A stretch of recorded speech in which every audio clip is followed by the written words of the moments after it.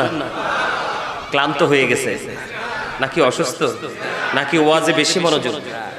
কোনটা? ওয়াজে মনোযোগ। আচ্ছা একটু জিকির করবেন? করবেন? সুবহানাল্লাহ ওয়ালহামদুলিল্লাহ লা ইলাহা ইল্লাল্লাহ সুবহানাল্লাহ ওয়ালহামদুলিল্লাহ লা ইলাহা লা ইলাহা আরশে কুরসি লৌহ কলম সৃষ্টি জাহান ওসিলা আরশে কুরসি লৌহ কলম লানি যে আল্লাহ খুশি হইয়া নাম রাখলেন হাবিবুল্লাহ সুবহানাল্লাহ ওয়ালহামদুলিল্লাহ লা ইলাহা লা ইলাহা লা ইলাহা ইল্লাল্লাহ মুহাম্মাদুর রাসূলুল্লাহ সাল্লাল্লাহু আলাইহি ওয়াসাল্লাম। আলহামদুলিল্লাহ। জিকিরটা মজা হইছে না? খাবারে লবণ না দিলে খাইতে পারবেন? কেন? কথা বলেন না, লবণ না দিলে খাইতে পারবেন? কেন খাইতে পারবেন না কেন?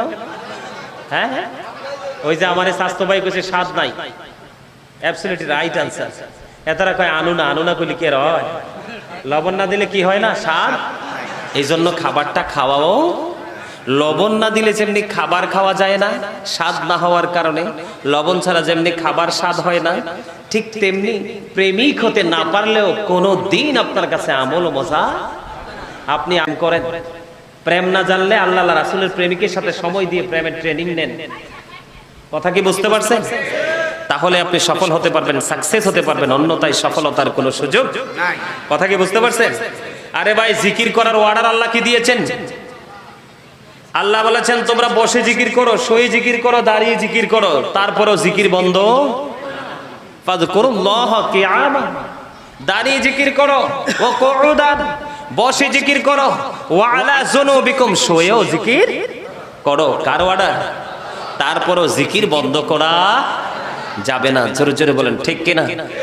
আপনি যদি জিকির করেন আপনার সন্তান অটোমেটিক্যালি জিকির শিখবে, আর আপনি যখন জিকির থেকে দূরে থাকবেন আপনার সন্তানও জিকির থেকে দূরে।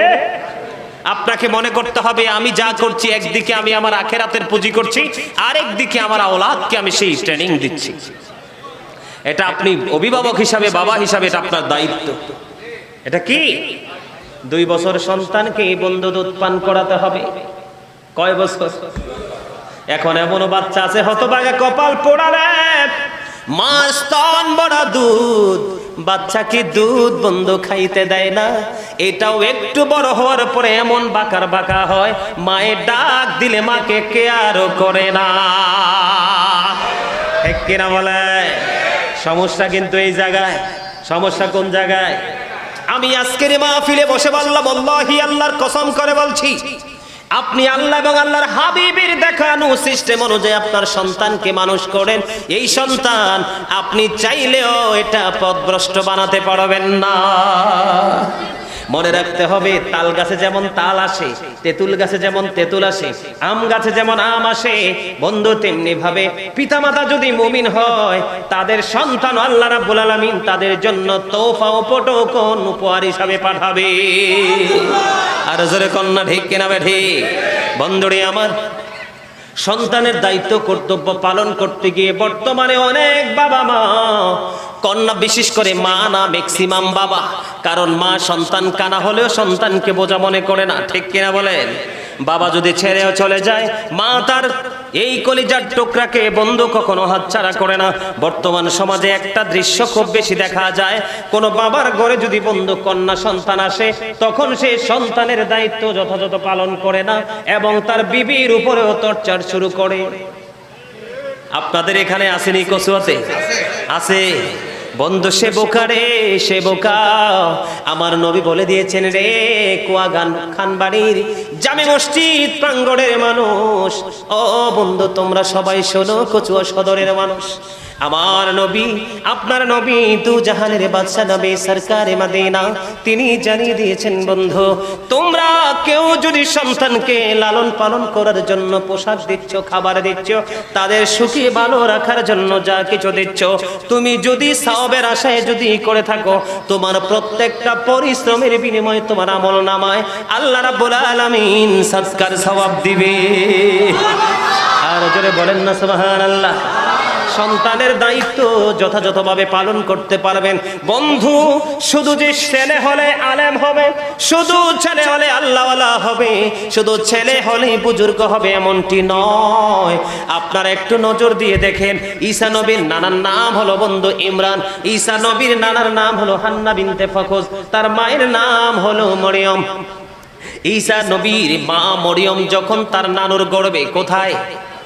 হান্না বিনতে ফাকুসের ওদরে, তখন তারা দুজন মনে মনে চিন্তা করলো যে আমাদের যে সন্তান এসেছে আমাদের কোলে, আমাদের মা আমার ওদরে যে সন্তান এসেছে, এই সন্তান আমি আল্লাহর পথে কুরবানি করে দেব। কিন্তু এই সন্তানটা পুত্র সন্তান হলো না, এই সন্তানটা হলো কন্যা সন্তান। ও বন্ধু, হযরতে মরিয়ম আলাইহিস সালাতু সালাম, হযরতে জাকারিয়া আলাইহিস সালাম তার দায়িত্ব নিলেন বন্ধু। এমন আল্লাহর প্রিয় মুমিনা তিনি ছিল গো, ওনাকে যখন হযরত জাকারিয়া আলাইহিস সালাম হুজরার মধ্যে রেখে গেলেন, উনি হঠাৎ করে টেনশনে পড়ে গেল যে আমি যে মরিয়মকে রেখে আসলাম ওখানে তার খাবারের ব্যবস্থা কে করবে। বন্ধু আয়েশা দেখে আল্লাহ রাব্বুল আলামিন জান্নাত থেকে মরিয়মের জন্য খাবার পাঠিয়ে দিয়েছে, কারণ এই মরিয়মের উদর থেকে পৃথিবীর বুকে আসবে ঈসা রুহুল্লাহ, যার বাবা নাই, সরাসরি আল্লাহর কুদরত থেকে মা মরিয়মের উদরে। এই জন্য আপনার কন্যা সন্তান হতে, আপনার কন্যা সন্তানটা আল্লাহওয়ালা মুমিনা হতে পারে, বিয়ে দিয়েছেন বন্ধু আরেকটা হক্কানি আলেমের সাথে বা আল্লাহওয়ালার সাথে, তাদের দুজনের মাধ্যমে আসতে পারে জগৎ বিখ্যাত আলেম অথবা আল্লাহর ওলি। এই জন্য বন্ধু কখনো কন্যা সন্তানদেরকেও ছোট করে দেখবেন না। আমার রাসূল বলেছেন, কোন বাবার যদি 3টা কন্যা সন্তান, কয়টা? কোন বাবা যদি 3টা কন্যা সন্তান যত্ন সহকারে ইসলামের রুলস মেনে যদি বন্ধু লালন পালন করে কুলিপিটি করে মানুষ করতে পারে, আমার নবী বলেছেন তার জন্য মাস্ট বি জান্নাত বরাদ্দ। আর জোরে কন্যা সুবহানাল্লাহ, আর জোরে। আপনার যদি 1 ডজন ছেলে হয়, কয় ডজন? আপনার যদি 1 ডজন পুত্র সন্তান হয়, 2 ডজন যদি পুত্র সন্তান হয়, 3 ডজন যদি পুত্র সন্তান হয়, বন্ধু আপনাকে ডজন পুরা সন্তানে পুত্র সন্তানের জন্য আপনাকে জান্নাতের ঘোষণা দেওয়া হয়নি, কিন্তু মাত্র 3টা কন্যা সন্তান যেই বাবা যত্ন সহকারে দায়িত্ব নিয়ে পালন করবে তার জন্য জান্নাত বরাদ্দ। আমার নবীকে পরে প্রশ্ন করা হলো 2 জন সম্পর্কে, নবী বলেছেন যেই বাবার 2টা সন্তান সে তার জন্য 2টা জান্নাত বরাদ্দ। যিনি প্রশ্ন করেছেন রাবী, তিনি বলেছেন আমি আমার নবীকে একজনের জন্য সম্পর্কে প্রশ্ন করিনি, আমার মনে হয় একজনের জন্য যদি প্রশ্ন করতাম তাহলে আমার নবী বলতো একটা কন্যা সন্তানের পিতাও তার জন্য জান্নাত একটা বরাদ্দ। আল্লাহু আকবার, আল্লাহু আকবার, ইয়া রাসূলুল্লাহ, পাগলা না, জিন্দাবাদ জিন্দাবাদ।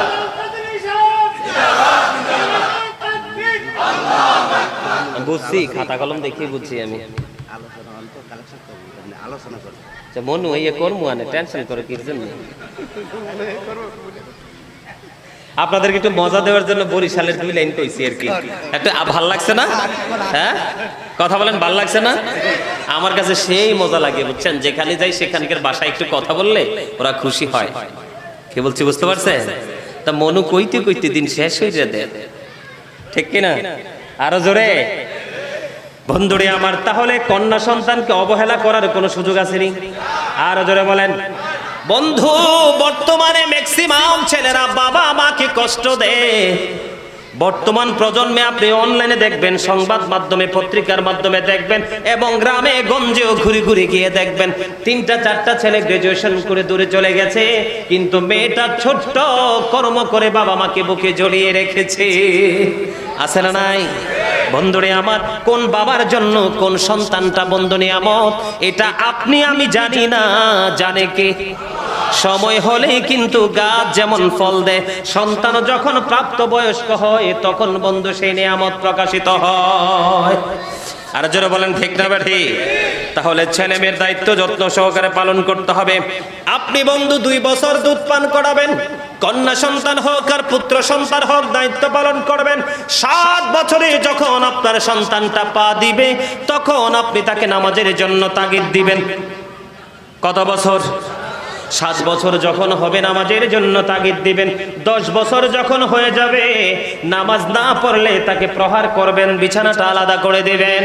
জোরে কোন ঠিক না বেঠি? এগুলো কি আমাদের দায়িত্ব কর্তব্যের মধ্যে পড়ে কি পড়ে না? এটা আমার কথা না, কোরআন এবং হাদিসের কথা বন্ধু। এগুলো আমাদেরকে মনে রাখতে হবে। বর্তমানে আমাদের দেশে মারামারি খুনোখুনি বেশি হয়, মাকে বৃদ্ধাশ্রমে পাঠিয়ে দেয়, বাবাকে বৃদ্ধাশ্রমে পাঠিয়ে দেয়।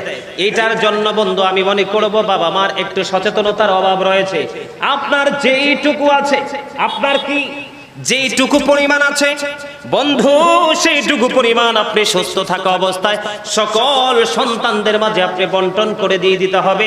একজনকে বেশি একজনকে কম দেওয়ার কোনো সুযোগ নাই। এটাও কিন্তু পিতামাতার দায়িত্ব। আজকে যায় দেখেন বাড়ি বাড়ি, ঘরে ঘরে, মহল্লায় মহল্লায়, পাড়ায় পাড়ায় বিচারক, মেম্বার, চেয়ারম্যান বন্ধু বিচার করতে করতে, সালিশ করতে করতে তাদের মাজা ব্যথা হয়ে গেছে। বাবাটাও দুর্বল হয়ে গেছে, শক্ত ভূমিকা নিয়ে কিছু করতে পারে না। এই জন্য বন্ধু বাবা মার দায়িত্ব হলো বাবা মার কাছে সঞ্চিত অর্জিত যে সম্পদটা আছে বন্ধু, সময় থাকতে সুস্থ অবস্থায় তাদের জন্য সেটা বন্টন করে দেওয়া। এখন আপনি কাউকে একটু বেশি দিবেন, যেটা একটু দুর্বল এটাকে একটু বেশি দিবেন। সকল ছেলে মেয়েদের সাথে আলাপ আলোচনা করে সকলকে বুঝিয়ে বন্ধু একজনকে কম একজনকে বেশি দিতে পারবেন। এমনি করে করে বন্ধু ন্যায় পরায়ণতা, সুশিক্ষা, সুশৃঙ্খলতা, বন্ধু নৈতিকতা, সামাজিক শিক্ষা ব্যবস্থা, আপনি প্রাতিষ্ঠানিক শিক্ষা যতই দেন না কেন, নৈতিক শিক্ষা কিন্তু বাচ্চা কাচ্চা শিখে পিতামাতার কাছ থেকে। কথা বলেন না কেন? এইগুলো আপনাদেরকে আমাদেরকে শিক্ষা দিতে হবে। আপনারা নজর দিয়ে দেখেন, আমার কাছে মনে হয় আমি প্রায় ওয়াজে বলে থাকি, এই যে মুরব্বী মানুষগুলো এখানে আছেন, মুরব্বী মানুষগুলো পৃথিবী থেকে বিদায় হয়ে যাওয়ার পরে বন্ধু আর বেশি দিন পৃথিবী টিকানো সম্ভব হবে না। কারণ মুরব্বীদের অন্তর আল্লাহ রাসূলের প্রেম ভালোবাসায় ভরা। বর্তমান প্রজন্মের যুবক যুবতী তাদের অন্তর হিংসা, নোংরামি আর আত্মগরিমায় ভরা। ঠিকটা তো ঠিক করে কর নাই। এ কথা বলাতে একটু রাগ হয়েছেন না? আজকে যদি শুরুতেই যদি আপনি আপনার সন্তানকে সেই ট্রেনিং দিয়ে যদি আপনি কি করতেন, গড়ে তুলতেন, তাহলে আপনার সন্তান কখনোই পথভ্রষ্ট হতো। আপনি আপনার ছেলে যে জিন্স প্যান্টটা পরে রাখে, উপর দিয়ে লজ্জাস্থান দেখা যায়, নিচে দিয়ে একবারে টাকনোর নিচে চলে যায়, মারু হাফ প্যান্ট পরে, শর্ট প্যান্ট পরে, তার লজ্জাস্থান দেখা যায়, এগুলো নিয়ে কি কি কথা বলেন? কথা বলেন, বলেন কথা বলেন, বলেন বলেন না কেন? বলেন না, সুন্দর লাগে তাই না? ডিজিটাল বাংলাদেশ, মাইকটাও দিব ডিজিটাল ভাবে, জান শুধু কবরে। কি কথা কন না কেন? মাইকটাও কি ডিজিটাল কায়দায় দিবে, নরমাল কায়দায় না।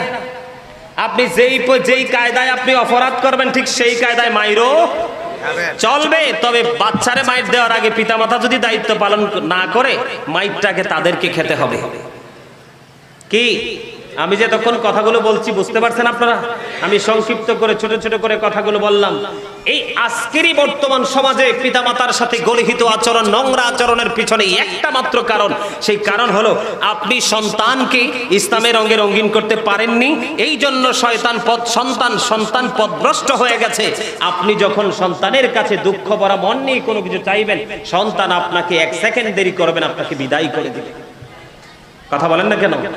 আরো জোরে বন্ধুরে আমার, পিতামাতা যেমনি সন্তানের দায়িত্ব পালন করতে হবে, হালাল খাবার খাওয়াইতে হবে, সত্য কথা বলা, সত্য পথে চলার সে ট্রেনিং দিতে হবে, সুশিক্ষায় শিক্ষিত করতে হবে, ন্যায় পরায়ণতার সাথে জীবন যাপন করা শিক্ষা দিতে হবে।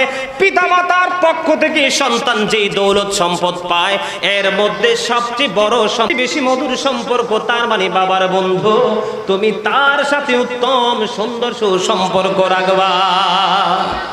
জোরে জোরে কন্যা সুবহানাল্লাহ।